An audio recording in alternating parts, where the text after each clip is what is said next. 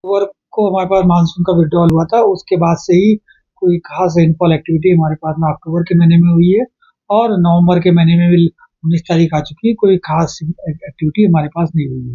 देखेंगे कि 2 डब्ल्यूडी का भी प्रभाव हमारे पास है 11 तारीख में, एक 14 और 15 और 16 में आपके पास ऊंचाई वाले इलाकों में थोड़ा बहुत था, तो हल्की फुल्की बूंदाबांदी आप कह सकते हैं कि लाहौल स्पीति डिस्ट्रिक्ट में या हल्की फुल्की स्नोफॉल ऊंचाई वाले इलाकों में हुई थी। लेकिन जो बाकी प्रदेश का हिस्सा है वहां पर कोई भी ऐसी सिग्निफिकेंट अमाउंट में कुछ भी रेनफॉल एक्टिविटी नहीं है और सूखा रहा है हमारे पास। और ये स्पेल जो है हमारे पास देखेंगे कि अगले 3 से 4 दिनों तक ऐसा ही चलने वाला है। सिर्फ देखेंगे कि 22 तारीख और 22 तारीख से डब्ल्यूडी का प्रभाव हिमाचल प्रदेश के ऊंचाई वाले इलाकों में रहेगा। तो उसके चलते जो है लाहौल स्पीति डिस्ट्रिक्ट के ऊंचाई वाले इलाके और कह सकते हैं कि जो चंबा और कांगड़ा के ऊंचाई वाले इलाके हैं वहाँ हल्की फुल्की बूंदाबांदी हो सकती है और वेरी लाइट स्नो भी हो सकता है, लेकिन वो भी ऊंचाई वाला इलाकों में होगा। हो सकता है कि हमारी ऑब्जर्वेटरी में कोई भी रिपोर्ट ना आए।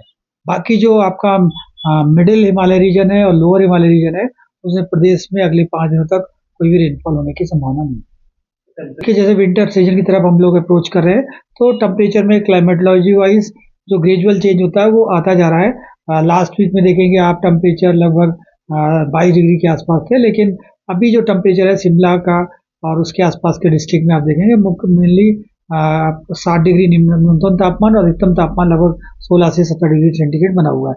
तो ये टेम्परेचर जो है जैसे जैसे हम लोग अप्रोच विंटर सीजन की तरफ अप्रोच करेंगे टेम्परेचर में ग्रेजुअल गिरावट आती रहेगी, irrespective of the rainfall activity होती है या नहीं होती है।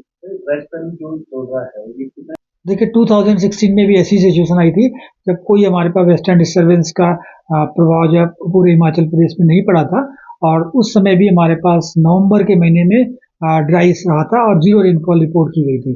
तो सिमिलर सिचुएशन हमारे पास अभी 2024 में भी आई है और ये कह सकते हैं कि आप 8 साल के बाद ऐसी सिचुएशन है।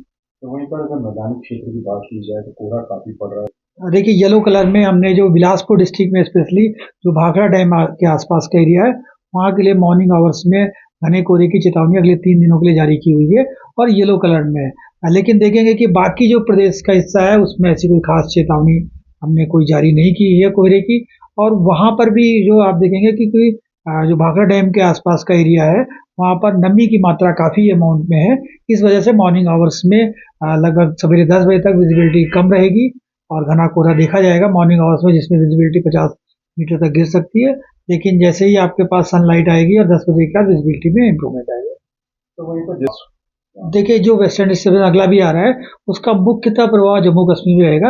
हिमाचल प्रदेश के चूंकि ऊपर से वो पास होगा तो थोड़ा सा टच करता हुआ जाएगा, जैसे कि लाहौल स्पीति डिस्ट्रिक्ट है या चंबा और कांगड़ा डिस्ट्रिक्ट के जो ऊंचाई वाले आपके पास पहाड़ी इलाके हैं वहां पर हल्की फुल्की बूंदाबांदी या क्लाउडीनेस रह सकता है।